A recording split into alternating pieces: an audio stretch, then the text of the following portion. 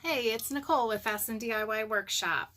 So you are here because most likely you bought a paint kit. Thank you for that. So I am going to be demonstrating how to make the set of mini barn quilts. This is a set of 3 5-inch barn quilts. They're so cute. So they have some distressing done to them. That's completely optional, but included in your kit is a sanding sponge. So I'm super excited. I hope you are too. Let's move on to the first steps. Okay, so you're going to take one of your wood boards.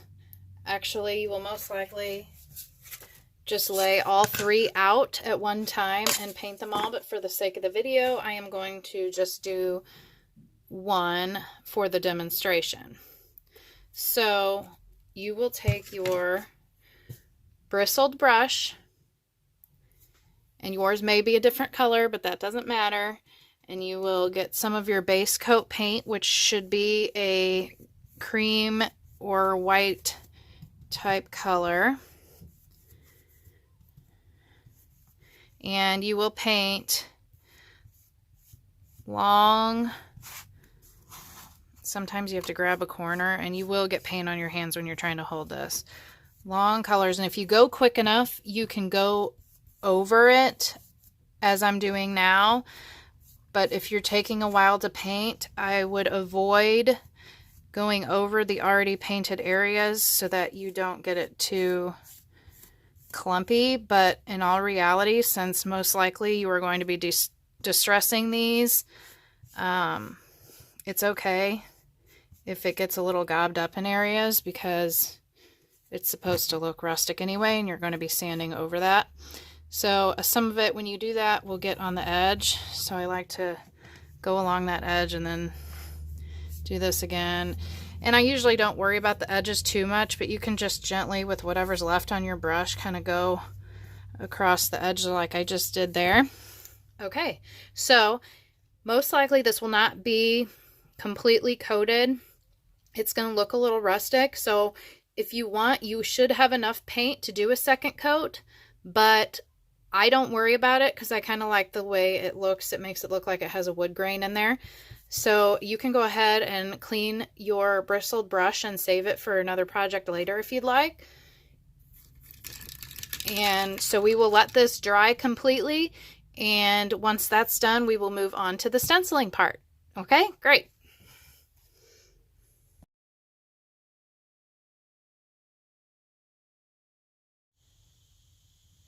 Okay, so now that you have all 3 of your squares painted, we're going to go ahead and work with our transfer. So you will get these like this. They have a white backing on them, and there's actually a clear film on the front. So I like to go ahead and make sure you can use a credit card or even your hand and firmly just kind of scrape and make sure that's stuck real good. Okay, and we are going to peel the white backing, and you'll just have to kind of go around and see where the best part to start is. And peel that white backing off. Just be careful not to pull any of your stencil off with it. So just slowly peel. If some of it starts to come up, then just place it back down and push those pieces to make sure they're sticking to the clear film. Okay, so now this side is sticky. We are going to center it the best we can on our board. It doesn't have to be perfect. This is rustic home decor. That's why it's so great, because you can make little mistakes and it looks like it was supposed to be that way. So I kind of like to get that center pushed down, and then go ahead and take your credit card, your hand, or whatever you have on you, and make sure that is really on there. You just want to make sure that when we peel that plastic, that clear film off, that it is not going to take your blue stencil with it. We need that stencil to be, and especially around all these edges, because this white section here is where your paint is going to go. So we want to make sure all those edges are down really good so your paint doesn't bleed through too bad. If it does a little bit, that's okay, because like I said, we're going for the rustic look here. Okay, so then you're going to go ahead and find an edge or a corner and get that clear film. Now you're going to pull it at an angle, kind of like that, very carefully, to make sure that none of your blue film comes up, because that is your stencil. It should be on there pretty good. So you're going to peel that off slowly. Okay. So you can just discard all this. It's just trash now. Or recycle if you can. I don't know. Okay. So then you are going to get your 1-inch foam brush and your color, which yours will come in little containers, but I'm going to go ahead and go right out of the jug here. I am using the color Jitterbug for this example. If I can get it open. Okay.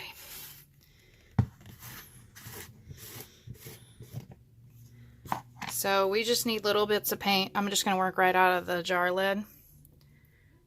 So like a very little bit of paint on your thing at one time. Okay. So we don't want to brush this. We are going to dab it. I almost even have too much paint on there, but that's okay. We're going to dab the design all over in that white space, and that helps avoid getting underneath the stencil, which it should be stuck on there pretty good, and you could probably get away with using the brush strokes, but I don't like to take chances. So go ahead and dab that all over that space. I'm just trying to spread out my paint here. You will use hardly any paint. You will have leftover with your kit. It should last for quite a while in those containers that they came in, so you can use them for little projects or save them or whatever. These stencils are one-time use only though, because if you were to take them off and wash them, they would not stick anymore. And you'd have to piece them all together. I need a little bit more. Now, some of these may have a little bit of your edge showing, so just be careful. Try not to like get too much on there. If you do, like one of the sets I did get it on the edge, but it just kind of sands right off or adds to that rustic look. So it's really, you can't screw it up. It's not a huge deal. Again, it doesn't have to be perfect. So there we go. That's what it'll look like. Now we want to let this dry to the touch, and then once that's dry, we can go ahead and peel this off. So I will be back to show you guys that part.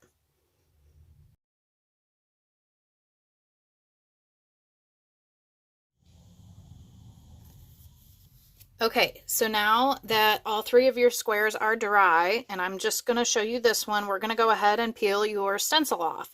So make sure you get your toothpick that's included in the envelope with your stencils in your paint kit.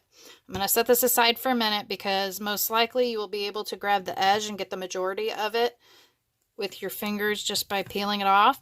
Now, you might get little specks of your base coat paint that come off with it, depending on how long you let it dry, and sometimes it happens either way. That's totally fine because it just makes it look a little speckly, and it's kind of neat for that rustic feel. So now we're going to peel this kind of at that same angle, just slowly to avoid pulling any paint with it, like from your design, any big chunks of paint. And it's okay if it rips apart, not a big deal. It's just trash anyway.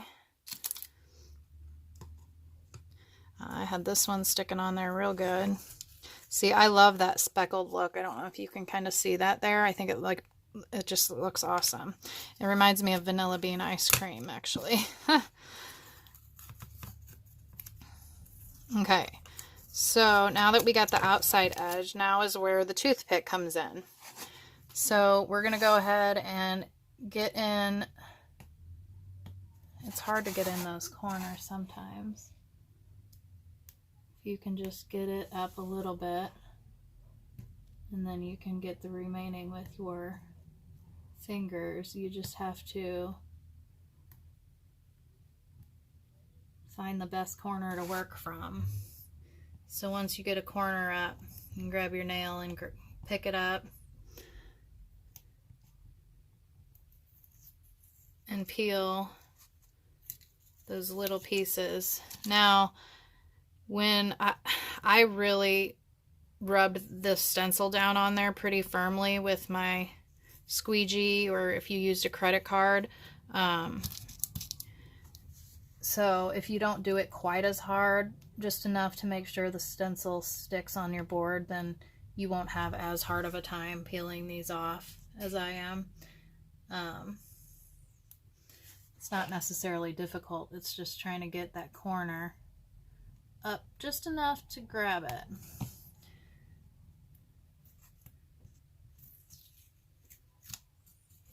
I love this color combination. It looks black on camera, but it's like a dark teal. It's beautiful.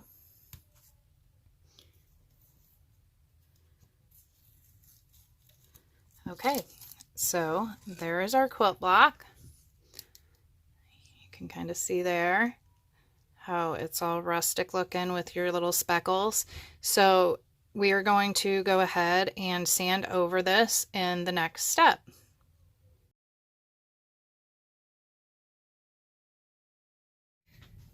Now that you have your stencil off and your paint is all dry and ready to go, we are going to use your little sanding block that is included in your kit. I've used this one before, so it's got some red on there. And we are just going to go ahead and sand across the entire thing. You can distress this as much as or little as you want. You don't have to do it at all. But this is included in your kit if you would like. Just helps add to that charm of it all. So I just like to go ahead and scrape the edges. So I hold it at kind of an angle and scrape the edges to wear those off a little bit.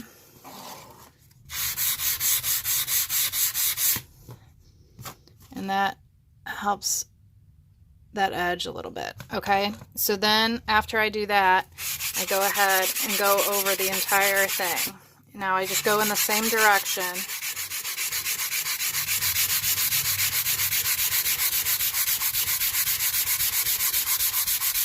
Over the entire thing. Once you are done sanding it, just take a slightly damp paper towel or rag or whatever you have on hand and just wipe off all that dust that you have there. Sometimes I like to get the back too and wipe off my area. So there we go. So you'll go ahead and do that to all three of them. If you are hanging these outdoors, it is recommended to put a clear coat or two you can spray or brush on. That's not included in your kit, but any clear coat will do if you are hanging them outside. But I think most people will most likely hang these inside. They're very cute when they're just put all three side by side together on the wall, or you can put them up on your mantle or a bookshelf.